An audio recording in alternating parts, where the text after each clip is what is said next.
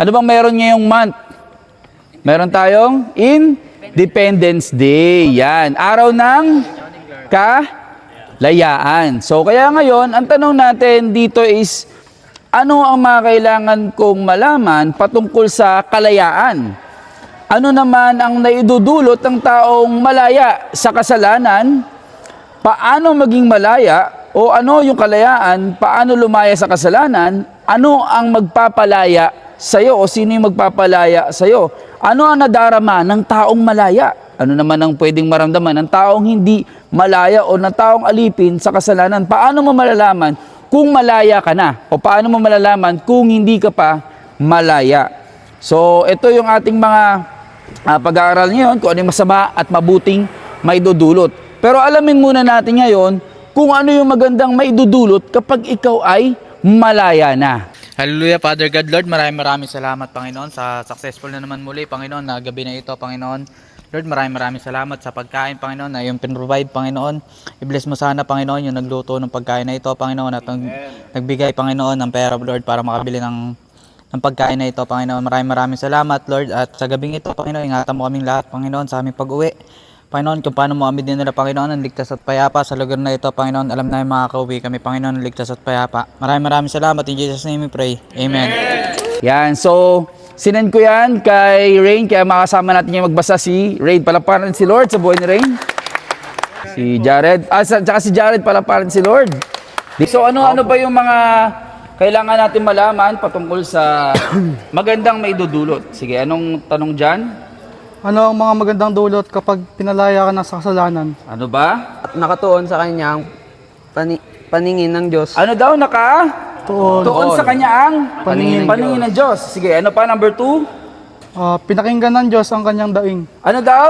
Pinakinggan. Pinapakinggan ng Diyos ang kanyang daing. Number 3? Malaki ang nagagawa ng kanyang panalangin. Ano daw? Malaki ang nagagawa ng kanyang panalangin. So, sige, tanungin natin, ano yung una?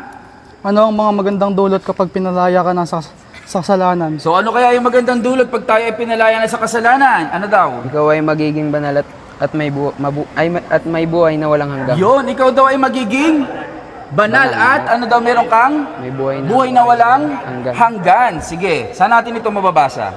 Taga Roma 6 verse 22. Anong sabi doon?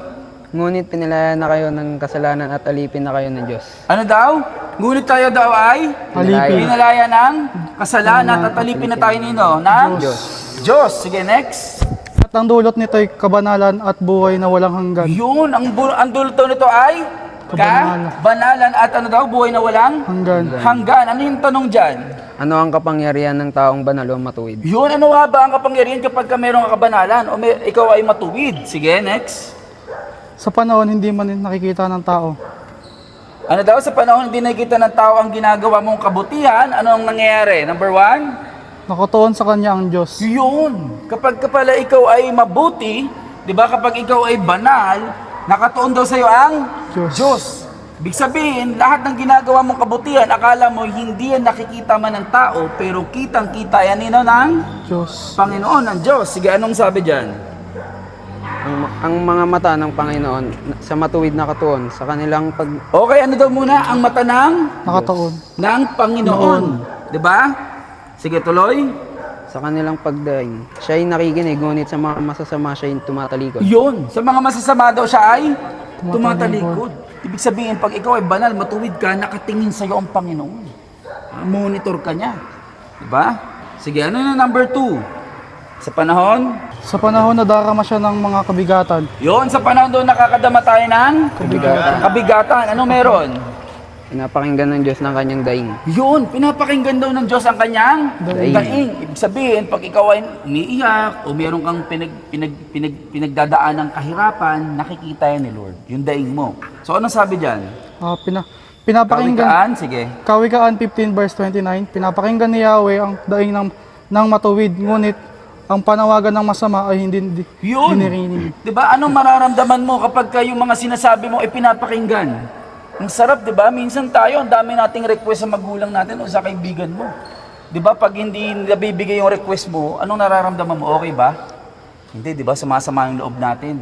At parang pakiramdam pa natin minsan, kahit anong request natin, kahit na alam natin meron tayong kayang gawin, o alam mo sa sarili mo, kapag ka pinagbigyan yung request mo, may magandang maidudulot, pero hindi nangyayari. Pero pag ang Panginoon, pag dumulong ka sa Kanya, di ba? Ano daw gagawin ng Diyos? Ito ay Kanyang pakikinggan. Sige, next. Sa panahon, puro kabiguan ang mga nagagawa. So sa panahon, puro kabiguan doon nagagawa. Di ba? Sa paligid mo, puro na lang bigo. Bigo na lang yun ang mga nangyayari. So anong meron kapag ikaw ay malaya na, ikaw ay pinalaya ng Diyos, or meron kang kabalanan, anong mangyayari? Malaki ang nagagawa ng kanyang panalangin. Yun. Ano daw malaki ang nagagawa ng kanyang? Panalangin. Panalangin. Di ba? Basahin natin. Sige. Malaki ang nagagawa ng panalangin ng taong matuwid. Yun. Diba? Ito po ay sinulat ng panahon na mayroong taong mayroong sakit. Yan. Dahil siya ay matuwid, diba? Napapagaling yung taong, diba? May sakit. At hindi lang yun, diba? Malaki daw ang nagagawa niya, hindi maliit. Ibig sabihin doon, malaki. Hindi natin alam kung gaano kalaki yun. Hanggat hindi mo nasasabi kung ano yung bagay na magugulat ka, hindi pa tapos ang Diyos gumawa sa buhay mo. Ganon siya kalaki. So ano-ano muli? Yung mga kailangan nating, ano-ano muli yung magagawa ng Diyos sa taong matuwid. Number 1, Nakatuon sa kanyang paniningin ng paningin ng Diyos. Number Paningin ng Diyos. Pinapakinggan ng Diyos ang kanyang daing. Number 3, Malaki ang nagagawa ng kanyang panalangin. yun, di ba? Palapakan natin si Lord sa kanilang buhay. Praise God. Meron pa bang pag-asa? Meron pa. Yan. Habang may buhay, merong pag-asang nakasalalay. Yan. So, kaya nga, wag nating kakalimutan na yun yung napaka-importante na kapag once na noon, hindi mo makontrol yung iyong sarili. Ikaw ang kinokontrol ng kasalanan. Kumbaga, ngayon, matututunan naman natin ngayon kung paano tayo lumaya na. Yan. So, sa last part, yan, sino yung, kanino ko ba sinentong last part? Kay Sam. Yan, si Sam. O, palapakan natin si Lord sa buhay ni Sam. So, ngayon, paano tayo lalaya na? Para hindi na tayo maalipin ng kasalanan. Okay, number 1. Number 1, alamin ang katotohanan. Ano daw? Alamin ang? Katotohanan. Yon. Teka lang, medyo nagugutom na tayo Mamaya kakain na tayo. Alamin daw ang katotohanan. O, kailangan ng power So, number 2. Pakikipag-isa kay Kristo. Ano daw? Kristo. Number 3. Huwag nang mapagpaalipin muli sa kasamaan. Ano daw yung number 3? Huwag nang Yo, number 4. Magpaalipin sa kabutihan. Ano daw? Sa kabutihan. Okay, praise God. So, number 1, alamin ang mga katotohanan. Sige, ano ba yung katotohanan? Basahin natin. John chapter 8 verse 34. Malalaman ninyo ang katotohanan at ang katotohanan ang magpapalaya sa inyo. Sino daw ang katotohanan at dapat paniwalaan? Si Si Jesus ang katotohanan. Yon, si Jesus daw ang katotohanan. Saan mababasa? John chapter 14 verse 6. Sumagot si Jesus, ako ang daan, ang katotohanan at ang buhay. Kung hindi sa pamamagitan ko, sino ang magpapalaya sa iyo? Yon, do. Sino daw yung papalaya sa iyo? Si Jesus. Jesus. Saan natin mababasa? John chapter 8 verse 36. Kaya kung ang anak ng Diyos ang magpapalaya sa inyo, talagang magiging malaya kayo. Yun. Ano daw talaga magiging? Malaya kayo. Kailanman hindi na kayo bitag pa ng kasamaan kasi malaya ka na. Pag sino daw ang nagpalaya sa iyo? Si Jesus. Yan. Sige, next. Sino ang katotohanan? Sino ang katotohanan daw? Si Jesus. Si Jesus. Sino magpapalaya sa iyo? O, sino daw yung magpapalaya? Reminder, si Jesus. Jesus. O, kanino ka dapat makipag-isa? Number 2, Pakikipag-isa kay Kristo. yon, pakikipag-isa kanina daw kay Kristo. Saan mababasa? Mga taga-Roma chapter 8 verse 2. Sapagkat sa pakikipag-isa natin kay Kristo, pinalaya na tayo sa kapangyarihan at kasalanan at kamatayan. Yun, ganun pala, no? Kumbaga pag may teamwork, kumbaga sa basketball, di ba? Pag nakipagkaisa ka, di ka nagsosolo, mananalo talaga kayo. Pero pag sinosolo mo lang, one man ka lang, delikado. So ganun din kay Lord, mas mahigit pa. Kapag nagkaisa tayo sa Panginoon, di ba? Talagang pinalaya ka niya. Pag once na ikaw ay nakipagkaisa. Yan. Sige, next. Bakit daw tayo pinalaya? So bakit ka daw pinalaya? Dahil sa pakikipag-isa kay Jesus. Yun, dahil sa pagkikaisa kay Jesus. So karugtong, Sa pamamagitan ng kapangyarihan ng Espiritu na nagbibigay ng buhay. yun, ano daw yung kapangyarihan? Espiritu na nagbibigay buhay. Sige. Next. Ano ang kapangyarihan daw? So ano yung kapangyarihan daw? Espiritu na nagbibigay ng Buhay. So ano naman ang hindi dapat natin gawin ngayon? So next. Huwag na magpapaalipin muli sa kasamaan. Okay, sabihin mo sa katabi mo. Huwag nang magpapaalipin sa kasamaan. Sabihin mo, dali, tapikin mo. Magpaulitin ko na. O sige. Hindi, may karugtong yan. Pwede yung magpaalipin ka na. Pero sa kabutihan. Yan. So sige, next. Saan mababasa? Taga Galatia chapter 5 verse 1. Pinalaya tayo ni Kristo sa ilalim ng kautusan. Kaya manindigan kayo sa pananampalataya ninyo at huwag kayong mapagpaaliping muli. Yon. Ano daw, wag na tayo ulit daw magpapaalipin muli sa kasalanan. Okay Next. Kanino dapat tayo magpaalipin? Magpaalipin sa kabutihan. Yun yung sinabi kanina ni Clark kay Achoy. Magpaalipin ka muli sa kabutihan. O tapikin mo yung katabi mo. Sabihin mo yan. Magpaalipin ka na. O sige. May kumakanta. Ako'y alipin mo kahit hindi matiis. Sige, next. Saan mababasa? Saan mababasa?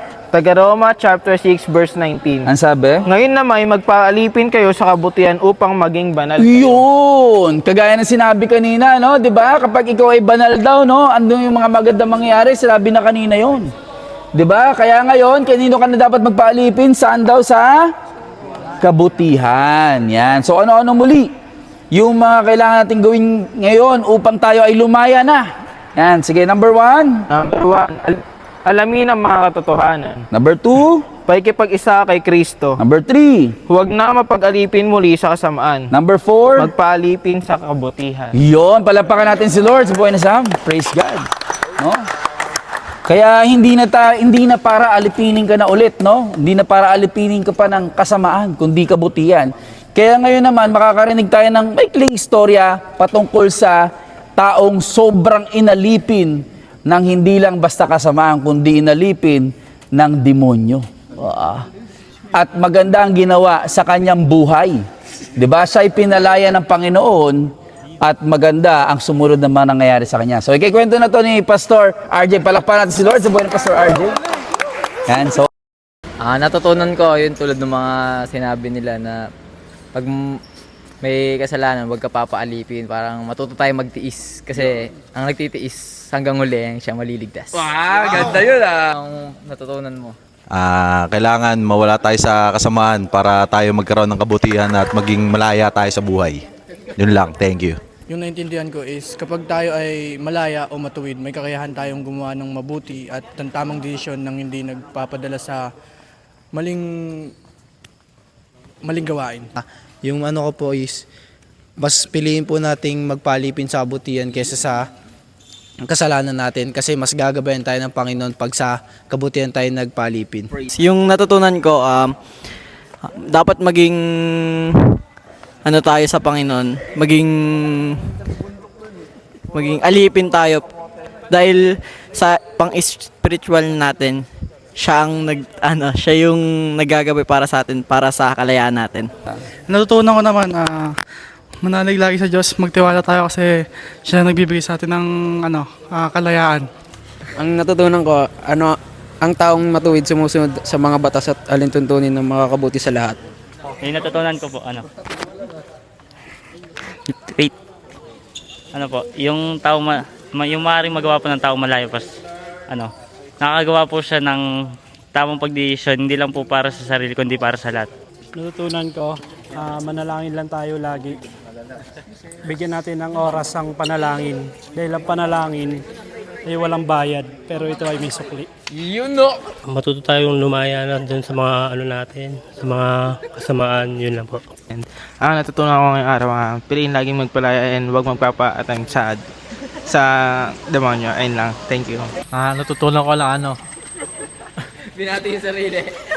Hindi, kalaman lang. Natutunan ko lang huwag tayong magpapalipin sa kasalanan. Magpalipin tayo sa kabutihan kasi bibigyan tayo ni Lord na buhay na walang hanggan. Thank you guys. Yun, patuloy na lagi nating ihayag na tayo ay malaya na kay Jesus. Amen! Natutunan ko, yun tulad ng mga sinabi nila na pag may kasalanan, huwag ka papaalipin. Parang matuto tayo magtiis. Kasi ang nagtitiis hanggang huli, siya maliligtas. Wow, ganda yun ah. Ang natutunan mo. Kailangan mawala tayo sa kasamaan para tayo magkaroon ng kabutihan at maging malaya tayo sa buhay. Yun lang. Thank you. Yung naintindihan ko is kapag tayo ay malaya o matuwid, may kakayahan tayong gumawa ng mabuti at ng tamang desisyon nang hindi nagpapadala sa maling gawain. Yung ano ko po is, mas piliin po nating magpalipin sa kabutihan kaysa sa kasalanan natin kasi mas gagabayan tayo ng Panginoon pag sa kabutihan tayo nagpalipin. Yung natutunan ko, dapat maging ano tayo sa Panginoon, maging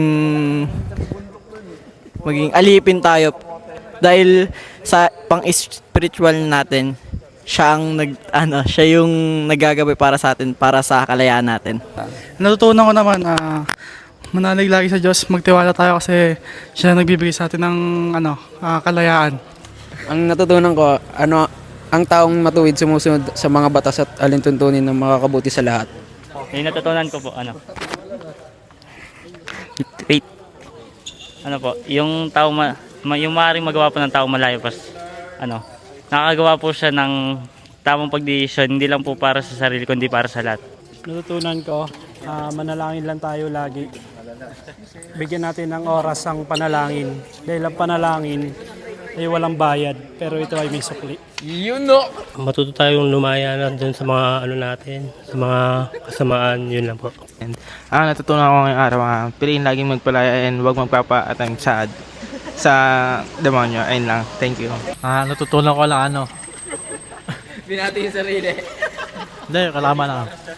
Natutunan ko lang huwag tayo magpapalipin sa kasalanan. Magpalipin tayo sa kabutihan kasi bibigyan tayo ni Lord na buhay na walang hanggan. Thank you guys. Yun, patuloy na lagi nating ihayag na tayo ay malaya na kay Jesus. Amen! Okay, go! Happy birthday, Achoy and Clark! Woo! Happy birthday sa Kuya Clark at kay Achoy. More birthdays to come and stay healthy. Pakatatag lang palagi. Happy birthday sa kanilang dalawa and more birthday to come. Happy birthday po sa may mga birthday parati po yung gabayan ng Panginoon. Happy birthday kay Kuya Clark tas kay Atchoy. Dapat maging maayos sila at maging malusog sa pangatawan. Tapos Message mo na kay Atchoy tas Kuya Clark. Happy birthday sa inyo. Sana gabayan kayo araw-araw ng Diyos at sana lumakas kayo sa basketball. Sana po lagi po silang gabayan ng Panginoon sa araw-araw. Ayun lang. Gusto ko magpasalamat sa Panginoon dahil sa another life na binigay sa ating mga kaibigan. Wish ko ay magkaroon sila ng long life, energy, na malampasan lahat ng problema at manalangin lang tayo kay Lord. Thank you. Happy birthday, Choy, sa Clark. More birthday to come. Tapos, stay healthy. Tapos, Ayan, happy birthday kay Clark and Atchoy. More basketball to come. Happy birthday sa amin ni Clark. Ayan. So, ano bang... Oh, ano ang inyong... Magbigay kayo ng inyong public prayer request. At syempre yung private prayer request nyo, isantabi nyo na lang yon. So, ano yung gusto nyong... Ano yung public na prayer request nyo? Si Acho, ano yung gusto mong ipanalangin namin sa'yo o pa rin ni Lord? Mawala sa niya yung